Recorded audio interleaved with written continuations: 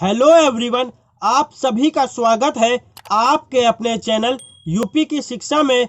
दोस्तों, आज हम लोग आरआरबी एनटीपीसी में 4 मार्च और 5 मार्च को पूछे गए मैथ्स के सवालों का एनालिसिस करेंगे। तो चलिए देखते हैं पहला सवाल क्या है जो मुझे स्टूडेंट्स के माध्यम से प्राप्त हुआ है। वो पहला सवाल देखिए क्या है। एक 300 मीटर लंबी ट्रेन जिसकी चाल 120 किलोमीटर प्रति हावर है तो 100 मीटर लंबे पुल को कितने समय में पार करेगी। देखिए, इसमें जो है ट्रेन की लंबाई दी है कि 300 मीटर है और 100 मीटर के लंबे पुल को भी पार करना है और ट्रेन की चाल है 120 किलोमीटर प्रति हावर। तो सबसे पहले यहाँ से तो डायरेक्ट कर लेते हैं या इसका थोड़ा सा डायग्राम ड्रॉ कर लेते हैं जिससे आपको ज़्यादा बेहतर समझ में आएगा। ये कोई एक ट्रेन है, ठीक है, और इसकी लंबाई है 300 मीटर, ठीक है, इसकी लंबाई दी है 300 मीटर और हमें ये कोई एक पुल पार करना है, ठीक है, हमें ये कोई एक पुल पार करना है और इस पुल की लंबाई है 120 मीटर। तो देखिए, जब ये ट्रेन इस पुल को पार करेगी, तो यह ट्रेन पुल की लंबाई के साथ साथ अपनी स्वयं की लंबाई को भी पार करेगी। कहने का मतलब यह है कि ट्रेन की लंबाई और पुल की लंबाई जुड़ जाएगी। तो चलिए देखते हैं इसको कैसे सॉल्व करना है। फॉर्मूला होता है चाल बराबर दूरी बटे समय। यह फार्मूला हम लोगों ने पढ़ रखा है। तो देखिए, चाल इसकी कितनी दी है 120 किलोमीटर प्रति हावर और यह किलोमीटर प्रति हावर में दी है। तो इसको हम लोग मीटर प्रति सेकंड में बदलने के लिए 5/18 से इसकी गुणा कर देंगे बराबर दूरी देखिए कितनी है 300 मीटर। तो ट्रेन की लंबाई हो गई है प्लस का 100 मीटर पुल की लंबाई हो गई है और समय हमें फाइंड करना है। तो अब इसको यहाँ से सॉल्व कर लेते हैं। ये कट जाएगा, 6 तिहाई 18 कट गया और ये 6 दूनी 12 कट गया, मतलब हमारा आया है ये 20। अब इसकी मल्टीप्लाई कर लेंगे तो 20 पंचे 100 बराबर 400 अपॉन टी। तो यहाँ से 0 से 0 कट जाएगा और साथ में इसके मल्टीप्लाई 3 भी है तो टी बराबर हो जाएगा, टी इधर आ जाएगा तो टी बराबर 4 तिहाई 12 सेकेंड और यही इसका आंसर है। इसका आंसर हो गया 12 सेकेंड, मतलब ऑप्शन बी सही है। ट्रेन को जो है वो 12 सेकेंड लगेंगे 100 मीटर लंबे पुल को पार करने में। दोस्तों, अब देखते हैं दूसरा सवाल जो आरआरबी एनटीपीसी में 4 मार्च और 5 मार्च को पूछा गया है। तो दूसरा सवाल देखिए क्या है। दो संख्याओं का अनुपात 6:13 है। यदि उसका एलसीएम 468 है तो हमें उसका एचसीएफ ज्ञात करना है। तो चलिए देखते हैं इसको कैसे सॉल्व करेंगे। इसको सॉल्व करने के लिए देखिए, हमें एलसीएम दिया है, एलसीएम हमारा दिया है 468 और हमें एचसीएफ फाइंड करना है, ठीक है, हमें एचसीएफ फाइंड करना है। तो अगर हम ये जो रेशियो दिया है 6:13, अगर हम इसका एलसीएम निकाल लेते हैं, मतलब इसकी मल्टीप्लाई करके हम इसका एलसीएम निकाल लेते हैं और इसके एलसीएम से इस एलसीएम को भाग दे देंगे तो हमारा एचसीएफ पता चल जाएगा। तो देखिए, हमने इसका एलसीएम निकाल लिया है तो ये आया है 78। अब हम इसको 468 से भाग दे देंगे। तो जब हम इसको भाग देंगे तो देखिए ये कट जाएगा, 6 कम 6 तिहाई 18 और आगे काटते हैं 6 सत्ते 42 और 4 48 6 अठे 48। अब फिर ये कट जाएगा, 13 कम 13 और 13 छंग 78, मतलब हमारा आंसर आ गया है 6। तो हमारा एचसीएफ हो गया है 6। अब देखते हैं सवाल नंबर 3 जो आरआरबी एनटीपीसी में 4 या 5 मार्च को पूछा गया है। तो चलिए देखते हैं सवाल नंबर 3 क्या है। 4 3 7 8 5 2 1, मतलब ये एक संख्या दी है, इसमें हमें 4 तथा 5 के स्थानीय मान का अंतर बताना है। तो देखिए स्थानीय मान क्या होता है, जिस संख्या का स्थानीय मान कहा है, जिस संख्या का स्थानीय मान कहा है उसके बाद जितनी संख्याएं होती हैं उतने जीरो हम इसमें बढ़ा देते हैं, यही इसका स्थानीय मान हो जाएगा। और अंतर कहा है तो घटा देंगे। 5 का स्थानीय मान देखिए 5 और 2 जीरो बढ़ा देंगे तो अब हम इसको घटा देंगे तो ये आ जाएगा 0 0 5। ठीक है, 0 0 5। तो 3 बार 9, 3 बार 9 आ जाएगा हमारा, 3 बार 9 आ गया और यहाँ पे बचेगा 3, यहाँ पे बचेगा 3। तो यही हमारा आंसर है। अब देखते हैं सवाल नंबर 4 जो आरआरबी एनटीपीसी में पूछा गया है। तो चलिए देखते हैं सवाल क्या है। ये हमारी एक वैल्यू दी है तो हमें इसमें देखिए x का मान बताना है। तो देखिए इसको कैसे सॉल्व करेंगे, इसको हम दो तरीके से सॉल्व कर सकते हैं, इसको हम दो तरीके से सॉल्व कर सकते हैं। देखिए इसमें जो है पॉइंट वो है 3 संख्या के बाद लगा है, तो या तो हम इसकी 1000 से मल्टीप्लाई कर दें अंश और हर में, और इसमें हम 100 से मल्टीप्लाई कर दें। ठीक है, इसमें हम 100 से मल्टीप्लाई कर दें, या इसको हम डायरेक्ट सॉल्व कर लेंगे। तो यहाँ से जीरो काटेंगे, जब यहाँ से जीरो काटेंगे तो यहाँ 1 लिख के जितनी संख्याएं हैं पॉइंट के बाद उतने जीरो बढ़ जाएंगे और ये इसके साथ मल्टीप्लाई में रहेगा। और यहाँ से पॉइंट काटेंगे तो इसके बाद 2 संख्याएं हैं तो 1 लिख के 2 जीरो बढ़ जाएंगे। अब यहाँ से देखिए ये 2 जीरो और ये 2 जीरो कैंसिल हो जाएंगे। ठीक है, ये 2 जीरो और ये 2 जीरो कैंसिल हो गए। तो अब बचा ये x इधर चला जाएगा, x इधर चला गया, x बराबर 8/10। अब ये बचा, ठीक है, x बराबर 8/10। तो इसको लिखेंगे 0.8। तो x का मान 0.8 आ गया है। अगर 0.8 नहीं दिया होता है ऑप्शन में तो ये कट जाएगा, ये कट जाएगा। 2 चौके 8, 2 पंचे 10, मतलब 4/5। या तो इसका ये आंसर दिया होगा ऑप्शन में या इसका ये आंसर दिया होगा ऑप्शन में, दोनों ही आंसर सही हैं।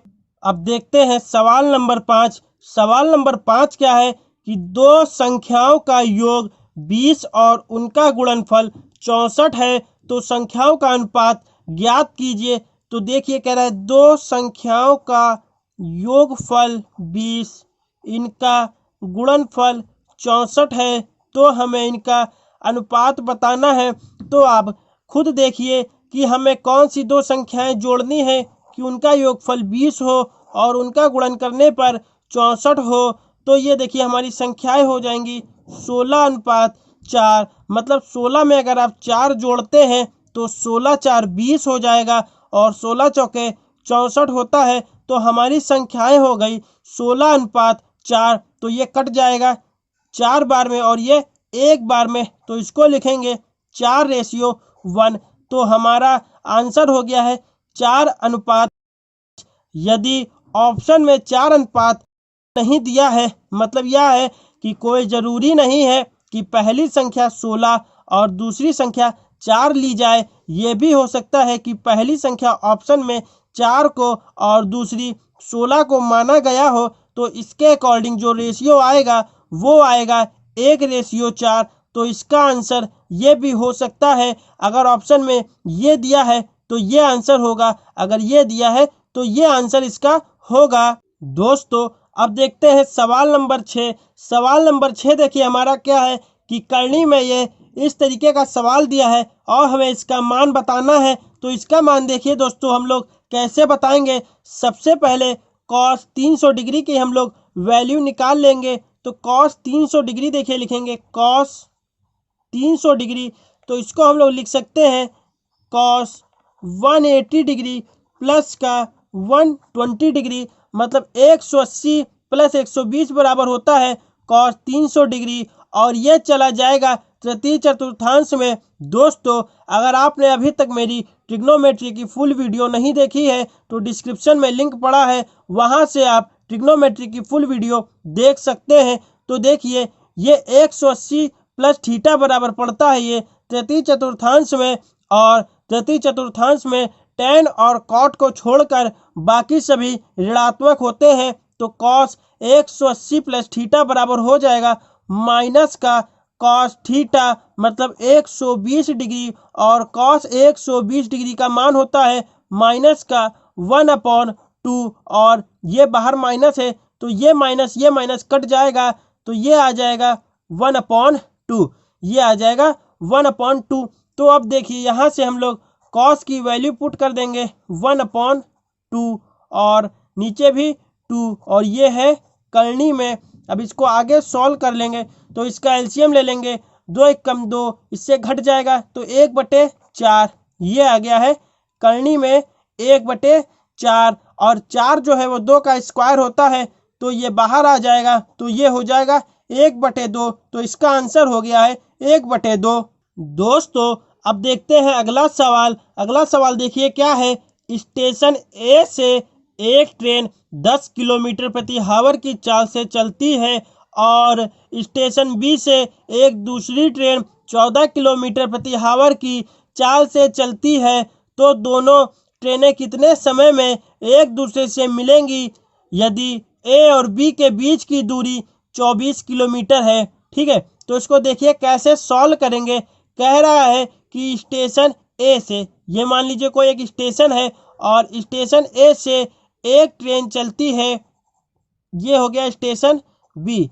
इन दोनों के बीच की दूरी दी है 24 किलोमीटर, पहले हमने ये देख लिया। फिर कह रहा है कि स्टेशन ए से एक ट्रेन, स्टेशन ए से एक ट्रेन चलती है और उसकी चाल है 10 किलोमीटर प्रति हावर, और स्टेशन बी से एक दूसरी ट्रेन चलती है और उसकी चाल है 14 किलोमीटर प्रति हावर, तो ये दोनों कितने समय में एक दूसरे से मिलेंगी। तो देखिए अब कॉन्सेप्ट देख लेते हैं क्या है कि जब दो गतिशील वस्तुएं एक दूसरे के विपरीत दिशा में जाती हैं तो उनकी चाल को हम जोड़ लेते हैं। फिर से सुन लीजिए, कॉन्सेप्ट यह है कि जब दो गतिशील वस्तुएं एक दूसरे के विपरीत दिशा में जाती हैं तो उनकी चाल को हम जोड़ लेते हैं। मतलब यह है कि इनको हम जोड़ लेंगे, 10 प्लस का 14, ये हो जाएगा 24। ठीक है, ये चाल हो गई है 24, और इसका देखिए समय t बराबर हमें फाइंड करना है, तो t बराबर हो जाएगा 24/24। ठीक है, 24/24, क्योंकि जो दूरी है वो भी 24 है और चाल हमारी वो भी 24 है, तो ये कट जाएंगे दोनों, तो हमारा आंसर आ जाएगा 1 घंटे। ठीक है, हमारा आंसर आ गया है 1 घंटे। अब देखते हैं सवाल नंबर 8। तो सवाल नंबर 8 देखिए क्या है। एक बहुभुज का आंतरिक कोण 108 डिग्री है, तो भुजाओं की संख्या क्या है। हमें भुजाओं की संख्या बतानी है। तो देखिए भुजाओं की संख्या ज्ञात करने के लिए, भुजाओं की संख्या ज्ञात करने के लिए हम लोग 360 डिग्री में से बाह्य कोण को डिवाइड कर देते हैं और हमारी भुजाओं की संख्या हमें पता चल जाती है। तो इसमें लेकिन कहा गया है कि आंतरिक कोण 108 डिग्री है, आंतरिक कोण 108 डिग्री है, तो हमें पता है कि बहुभुज के आंतरिक और बाह्य कोणों का जो योग होता है वो 180 डिग्री होता है। बहुभुज के आंतरिक कोण और बाह्य कोणों का योगफल जो होता है वो होता है 180 डिग्री, और इसका आंतरिक कोण 108 डिग्री दिया है, प्लस का बाह्य कोण बराबर 180 डिग्री। तो यहाँ से हम बाह्य कोण बराबर निकाल लेंगे, तो बाह्य कोण बराबर हो जाएगा 180 डिग्री माइनस का 108 डिग्री, तो इसको घटा लेंगे तो ये हो जाएगा 72 डिग्री। तो हमारा बाह्य कोण आ गया है 72 डिग्री। अब हमें भुजाओं की संख्या ज्ञात करनी है। तो भुजाओं की संख्या ज्ञात करने के लिए देखिए हम लोग 360 डिग्री में से बाह्य कोण को मतलब 72 डिग्री को डिवाइड कर देंगे, तो ये कट जाएगा 5 बार में, तो भुजाओं की संख्या आ गई है 5। दोस्तों अब देखते हैं सवाल नंबर 9। सवाल नंबर 9 देखिए क्या है। कोई वस्तु 1 रुपये में 12 की दर से खरीदी जाती है, तो 20% लाभ पाने के लिए 1 रुपये में कितनी वस्तु बेची जाए। देखिए 1 रुपये में जो है वस्तु 12 की दर से खरीदी जा रही है और हमें 20% लाभ पाने के लिए 1 रुपये में कितनी वस्तु बेचनी है यह देखना है। तो सबसे पहले हम 1 रुपये का 20% निकाल लेंगे। ठीक है, 1 रुपये का 20% निकाल लेंगे तो ये जो 1 रुपये है ये खुद में 100% रहा होगा, मतलब 1 मल्टीप्लाई 120। जब ये खुद में 100% रहा होगा और हमें इसमें 20% लाभ देखना है तो ये हो जाएगा 120/100। तो यहाँ से ये 0 0 कट जाएगा, ये 2 पंचे 10, ये 2 छंग 12, तो ये आ गया है 6/5, मतलब 6/5 आया है 12 के। ठीक है, 6/5 आ गया है 12 की दर से वस्तुओं के बराबर। तो अब यहाँ से हमें 1 रुपये में देखना है कितनी वस्तुएं बेची जाएंगी। तो हम 1 रुपये में देख लेंगे 12 मल्टीप्लाई ये 5 ऊपर चला जाएगा, 6 नीचे आ जाएगा, मतलब हम लिखते 12/6/5। तो हमने 5 ऊपर भेज दिया और 6 नीचे कर दिया तो ये कट जाएगा, 6 कम 6, 6 दूनी 12, तो 5 दूनी 10। तो ये आ गया 10 वस्तु, मतलब 20% लाभ पाने के लिए हमें 1 रुपये में 10 वस्तुएं बेचनी है। दोस्तों अब देखते हैं सवाल नंबर 10। सवाल नंबर 10 देखिए क्या है।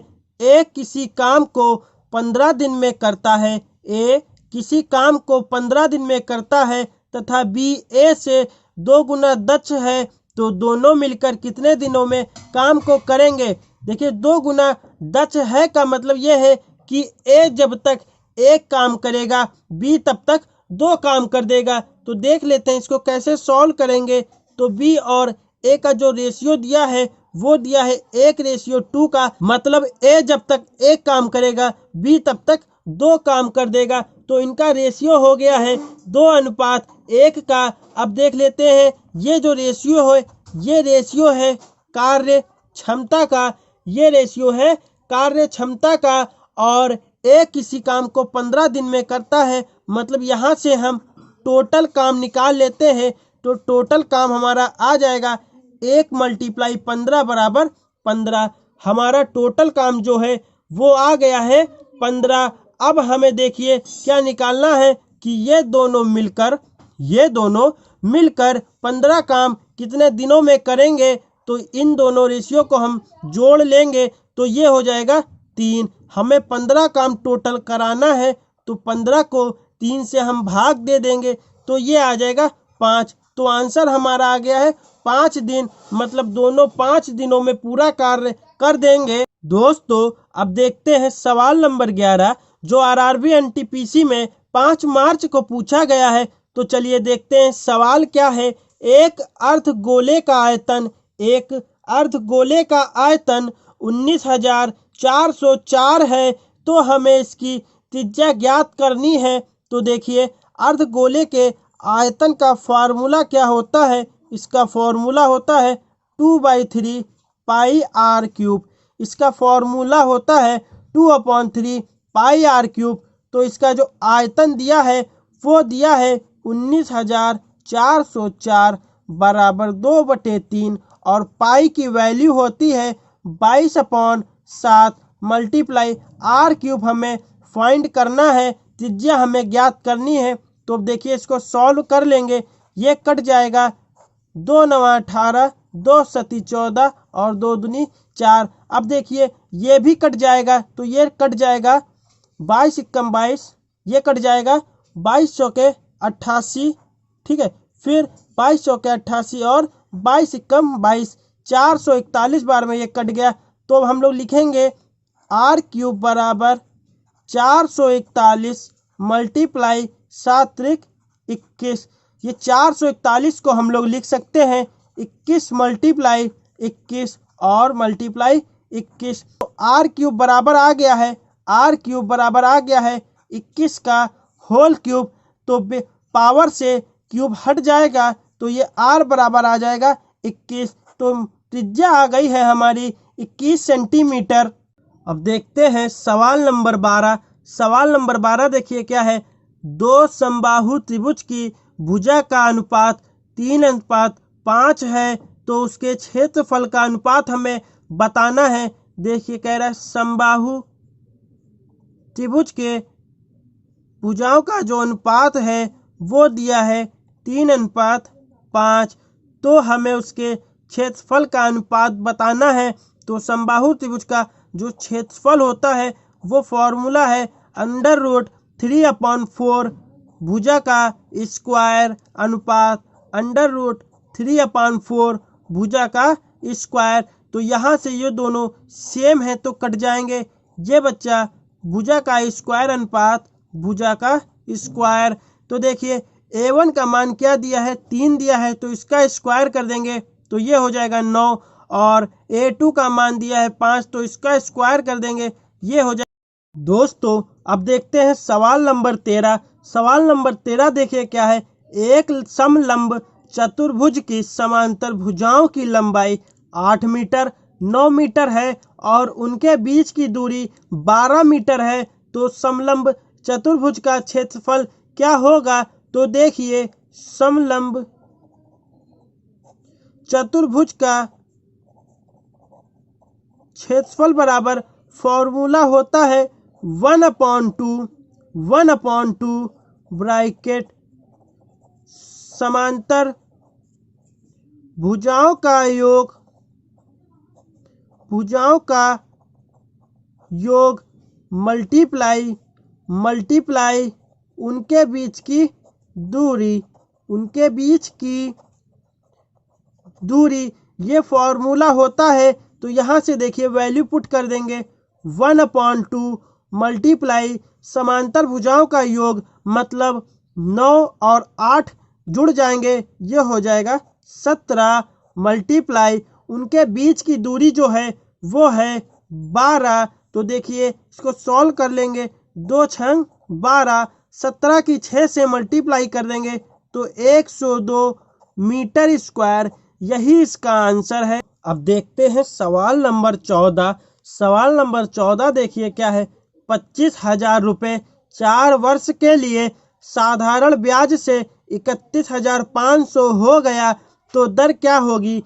देखिए जो हमारा मूलधन है वो है 25,000 रुपये और 4 वर्ष के बाद जो साधारण ब्याज से 31,500 रुपये हो जाता है, तो ये है हमारा मिश्र धन। तो यहाँ से देखिए हम लोग 25,000 से 31,500 हो जाता है, तो इससे हम SI निकाल लेंगे, मतलब साधारण ब्याज निकाल लेंगे, तो इसको इससे घटा देंगे। तो जब इसको घटाएंगे तो ये आ जाएगा 6,500 रुपये, मतलब हमारा साधारण ब्याज हो गया है 6,500 रुपये। और फार्मूला होता है साधारण ब्याज बराबर मूलधन इंटू दर इंटू समय अपॉन 100। तो देखिए साधारण ब्याज हमारा जो है वो है 6,500 बराबर 6,500 बराबर हमारा मूलधन है 25,000, दर हमें